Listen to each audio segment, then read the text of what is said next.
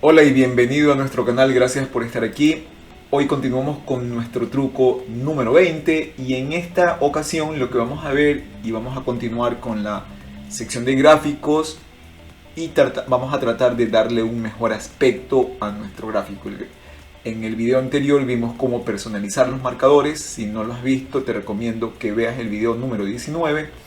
Y en esta ocasión vamos a cambiar el aspecto de los bordes que acompañan el gráfico para redondearlos de una manera muy rápida.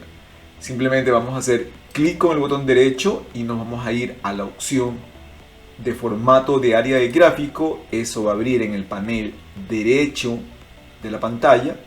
Vamos a ir a la opción de relleno y borde. Hacemos un clic en borde y como vemos la última opción dice esquinas redondeadas. Hacemos un clic, pues voy a cerrar el de formato y vamos a ver que las esquinas se acaban de redondear, lo cual va a presentar de mejor manera nuestro gráfico. Adicionalmente, ya como un toque extra, podrías seleccionar el gráfico, irte al menú formato, ir a la opción de efecto de formas y adicional podrías establecer alguno de estos formatos para mejorar aún más la forma como se ve tu gráfico, o darle un poco de sombra para darle un estilo de sobreposición.